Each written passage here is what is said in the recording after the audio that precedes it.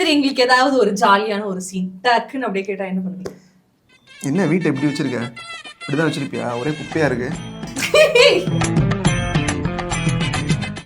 Actually இப்போ நிறைய divorce நடந்துட்டு இருக்கு கரெக்டுங்களா? ஸோ அதை பேஸ் பண்ணி ஒன்று எடுக்கலாம் அப்படிங்கும்போது டைவர்ஸ் ஆன பொண்ணா இருந்தாலும் என் மக உன்னை கல்யாணம் பண்ணிக்கிட்டான், ஒழுங்கா புள்ள பெத்து கொடுக்குற வழியை பாரு. ஐயோ 2 இது கல்யாணமா, ஓகேயா, அந்த மாதிரியான யோசனைகள் இருந்துச்சா ஸ்டார்டிங்ல? இல்லை அந்த மாதிரி இல்லை. ஆல்ரெடி நானும் அதே மாதிரி இவங்களை வச்சு ஒர்க் பண்ண, ஏன்னா இப்படி ரொம்ப சாந்தமா இருக்க மாதிரி இருக்கு நேரடியா பார்க்கும்பொழுது. இது நல்லா வெப் சீரிஸ்ல வச்சு புழிஞ்சு அழுன்ற மாதிரி அழ வச்சு எடுத்திருந்தீங்க. ஆமா கஷ்டம் தான். நிறைய அடிச்சா அடி வாங்கணும், அது நிறைய டேக் போகும். அடிதடியான காட்சிகள் வரும் பொழுது நிஜமாவே பட்டுச்சா? ஆமா ஆமா ஒரு எத்தனை சீன்லாம் வந்து அதெல்லாம் அப்படியே இருந்தது. அப்புறம் அந்த வாமிட் சீன் ஒன்று இருக்கும், அதுவுமே ஒரு மாதிரி டிஸ்கஸ்டிங் அருவருப்பா இருந்துச்சு. ஒரு கோடு மாதிரி வச்சுக்கலாமே, ஒரு நூலிழை தான். நீங்க கொஞ்சம் ஏதாவது பாச்சுன்னா பி கிரேட் மாதிரி ஆயிடும், இல்லைன்னா அது வந்து ஒரு மாதிரி வியூஸ்க்காகவே பண்றாங்கிற மாதிரி ஆயிடும். சில கமெண்ட் வந்து நார்மலாக வந்து ரொம்ப ஆக்வர்டாக தான் போட்டிருந்தாங்க எல்லாருமே, இப்படி அப்படி. நாம ரொம்ப கொடூரமாக தான் இருந்தது. படத்திலே பார்த்தீங்கன்னா எவ்வளோ படங்கள்ல வந்து ரொமான்ஸ் சீன்ஸ் வருது, வெட்டு முட்டுலாம் காட்டுறாங்க. அதெல்லாம் கொஞ்சம் போய் தேட்டரில் பார்க்குறாங்க, யூடியூப்ல பார்க்குறப்ப மட்டும் கமெண்ட் பண்ணுவாங்க. அதெல்லாம் தாண்டி வரணும், கண்டுக்கூடாது. பெருசாக போட்டு யோசிச்சுட்டு இருந்தா அடுத்து நீங்கள் ப்ராஜெக்டே பண்ண முடியாதுல்ல.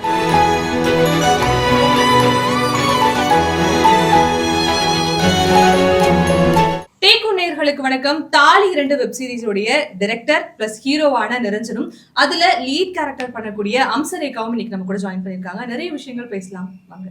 வணக்கம். வணக்கம். எப்படி இருக்கீங்க? நல்லா இருக்கு, சூப்பரா இருக்கு. ஓகே, ஒரு ஹூக் லைன் ஒன்று இருக்குல்ல, லைக் என்ன வேணா எடுக்கலாம், ஓகே, ஆனா ஒரு பொண்ணுக்கு 2 மேரேஜ் நடக்குதுப்பா, இதை ஒரு ஹூக் லைனா எடுத்து பண்ணணுங்கிற ஒரு ஐடியா ஏன் வந்துச்சு? ஏன்னா ஹீரோவாகவும் இருக்கீங்க, டைரக்டராகவும் இருக்கீங்க. ஸோ இந்த கொஸ்டினோட உங்ககிட்ட இருந்து மூவ் பண்றது ரொம்ப அழகா இருக்கும்னு நினைக்கிறேன். ஆக்சுவலி இப்போ நிறைய டிவோர்ஸ் நடந்துட்டு இருக்கு கரெக்டுங்களா? ஸோ அதை பேஸ் பண்ணி ஒன்று எடுக்கலாம் அப்படிங்கும்போது, ஸோ டிவோர்ஸ்க்கு நிறைய ரீசன்ஸ் இருக்குது, ஒவ்வொருத்தருக்கும் ஒரு ரீசன் இருக்கும். ஸோ நம்ம கேரக்டருக்கு என்ன ரீசன்னா, அவங்க பாஸ்ட் லைஃப்பில் ஒரு டாக்ஸிக்கான பார்ட்னர், ப்ரெசென்ட் லைஃப்பில் ஒரு கேரிங்கான, அதுக்கு ஆப்போசிட்டான நல்ல லைஃப்.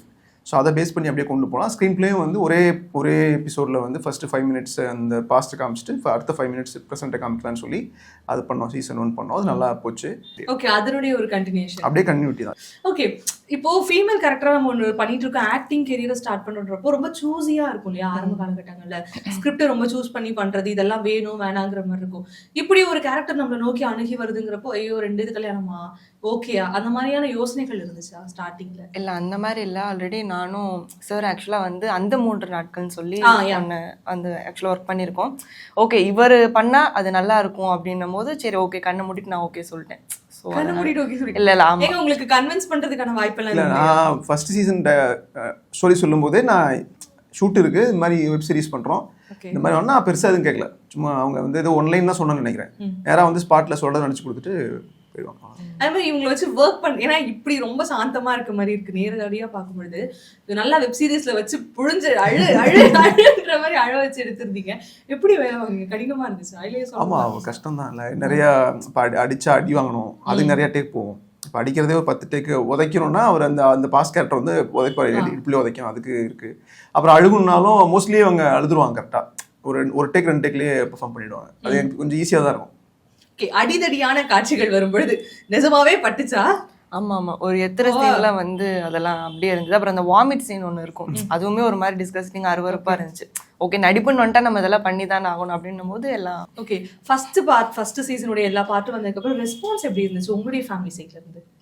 ஆக்சுவலா வந்து எங்க அத்தை வந்து எதுக்கு இதெல்லாம் அப்படின்ற மாதிரி சொன்னாங்க.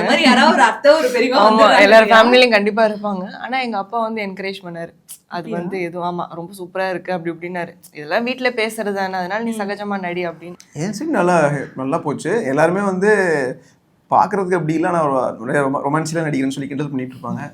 ஸோ அவ்வளோதான், அது கதைக்கு தேவைப்படுறது தானே. இப்போ இந்த சீசன் 2ல பார்த்தீங்கன்னா ரொமான்ஸ் கொஞ்சம் கம்மியாக இருக்கும், நிறைய எமோஷனல் சீன்ஸ் நிறையா இருக்கும்.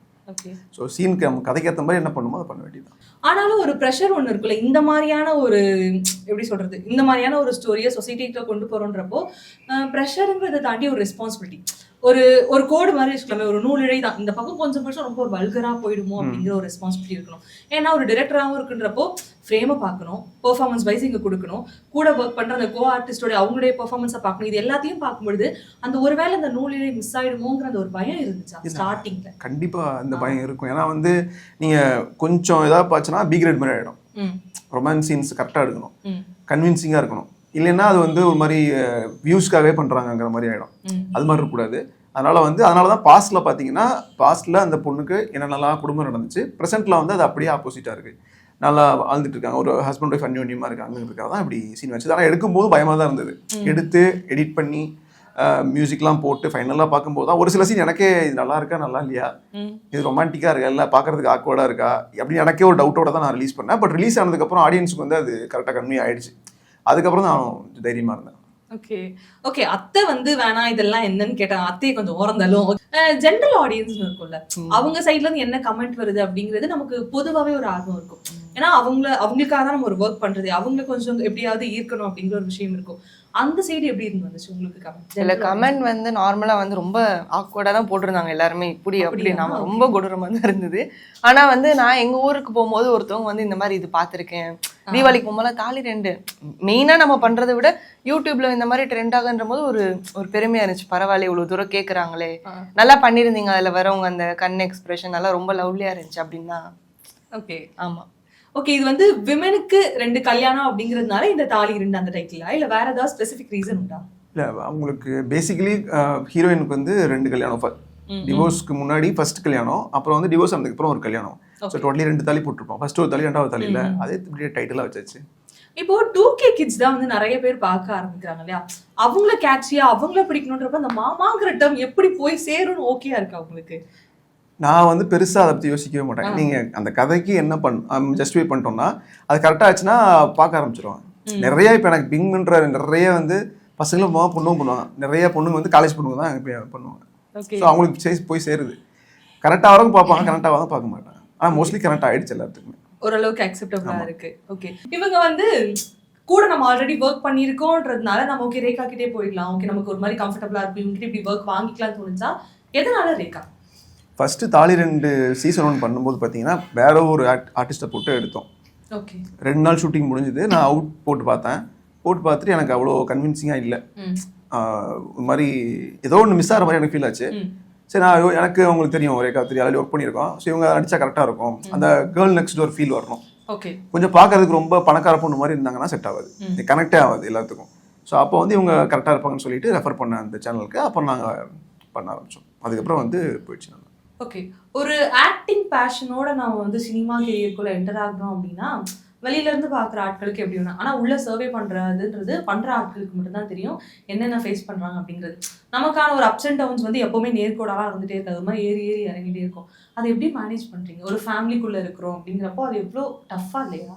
இல்லை அது இருக்கும் கண்டிப்பாக. நீங்கள் என்ன சொல்றதுன்னா, நீங்கள் நார்மலாக நடிச்சிட்டு இருந்தீங்கன்னா பிரச்சனை இல்லை. ஒரு கொஞ்சம் ரொமான்ஸ் சீன் பண்ணி நிறைய பேர் கேட்பாங்க, அவங்களுக்கு அதுதான் கணக்கு தெரியும். நீங்கள் கஷ்டப்பட்டு அழுது நடிப்பீங்க, அடி வாங்கிலாம் நடிப்பீங்க, அதெல்லாம் கண்டுக்க மாட்டாங்க. இப்போ நீங்கள் போயிட்டு கமெண்ட் செக்ஷன்ல பார்த்தீங்கன்னா நல்ல சீனுக்குமே தப்பாக கமெண்ட் பண்ணுறதுக்கு நிறைய பேர் இருப்பாங்க. ஸோ ஆப்வியஸ்லி நீங்கள் ரொமான்ஸ் சீன் பண்ணி போட்டிங்கன்னு வச்சிங்களேன், உடனே வந்து என்ன பண்ணுவாங்கன்னா, இதெல்லாம் உங்கள் குழந்தைக்கு கட்டுவீங்களா, இதெல்லாம் உங்கள் வீட்டில் இருக்க பார்ப்பாங்களா அப்படின்லாம் கமெண்ட் பண்ணுவாங்க.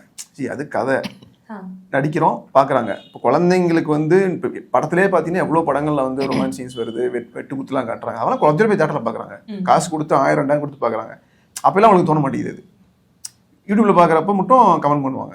எனக்கு மட்டும் இல்லை, நீங்கள் எல்லாத்துக்கும் பண்ணுறாங்க. சும்மா வந்து ஏதாவது ஒன்று திட்டிட்டு இருப்பாங்க. அந்த மாதிரிலாம் இருக்கு. அதெல்லாம் தாண்டி வரணும், கண்டுக்கூடாது. பெருசாக போட்டு யோசிச்சுட்டு இருந்தா அடுத்து நீங்கள் ப்ராஜெக்டே பண்ண முடியாது. இல்லை உங்களுக்கு ஃபேமிலி பேக்ரவுண்ட் எதுவுமே மீடியா கிடையாது இல்லையா? நீங்க ஃப்ரெஷ்ஷா வரன்றப்போ அது மிகப்பெரிய டாஸ்க். எதுக்கு ஏங்கிற ஒரு கேள்வி சுத்தி நம்ம முன்னாடி ஓடிட்டே இருக்கும். அதை எப்படி ரொம்ப அழகா ஹேண்டில் பண்ணீங்க ஆரம்ப காலகட்டத்தில்? இல்லை எனக்கு வந்து ஃபுல் அண்ட் ஃபுல் எங்கள் அப்பா தான் சப்போர்ட். ஆமாம், அதனால வந்து எனக்கு எதுவும் தெரிஞ்சுக்காது. இப்போ யாராவது 10 பேர் ஏதாவது சொன்னாங்கன்னா நான் அவர்கிட்ட புலம்புனேன்னா அவர் ஒரு அட்வைஸ் பண்ணுவார். இது ஒரு டைலாக் சொல்லுவார், திட்ட திட்ட திண்டுக்கல் வைய வைரக்கல் அப்படின்னு நினச்சிட்டு நீ வாட்டும் உன் வேலையை பாரு அப்படின்னு சொல்லுவார். ஸோ அதனால எதுவுமே எடுத்துக்கிறது இல்லை. ஆனா மண்டையில ஒரு மாதிரி பிச்சுக்கும் போட்டு, ஐயோ இந்த மாதிரி சொல்றாங்களே அப்படி சொல்றாங்களே. ஆனா அது ஒரு நிமிஷம் ஒரு கொஞ்ச நேரம் கழிச்சு அதை ஃபீல் பண்ணிட்டு நான் படம் பார்த்தேன்னா எனக்கு சரியாயிரும். ஓகே, ஏன் நீங்க சொல்லும்போது என்னன்னா டைரக்ஷன், ஸ்கிரிப்ட் ரைட்டிங் எல்லாமே ஒருத்தரே பண்ணும்பொழுது அதுக்குள்ள இருக்க அந்த ஒரு என்ன எப்படி சொல்றது, ஒரு ரொம்ப கஷ்டமான ஒரு விஷயம் தானே. ஏன்னா ஒண்ணு பண்றதுங்கிறது ஓகே, எல்லாத்தையும் போட்டு பண்ணணும், அதுவும் இல்லாம அடுத்தடுத்து என்னென்ன பண்ணணுங்கிறத ப்ராசஸ் பண்ண வேண்டிய பல விஷயங்கள் இருக்கு. எப்படி ஹேண்டில் பண்றீங்க அந்த ப்ரெஷர்? மண்டகாயம் அந்த காயம் நீங்க வந்து ஏல இருந்து Z வரைக்கும் நீங்க தான் பண்ணணும். அதுதான் அங்க ஒரு அதான் நிறைய கத்துக்கலாம். நான் வேற வழி இல்ல. நான் வந்து ஒர்க் பண்ணிட்டு இருக்கேன் ஐடில. ஓகே, ஒர்க் பண்ணி இது வேறயா? ஏங்க இதுவே பிரஷர்ங்கறேன், அதுக்கு மேல பிரஷர் ஆச்சு. ஆமா, ஒர்க் பண்ணிட்டே பண்றதுனால அங்க நீங்க 9 hours கரெக்டா ஒர்க் பண்ணணும். அங்க கரெக்டா மீட்டிங்ஸ் அட்டெண்ட் பண்ணணும் எல்லாம். அதுக்கப்புறம் அது முடிச்சிட்டு நீங்க இதெல்லாம் பண்ணணும் உட்காந்து.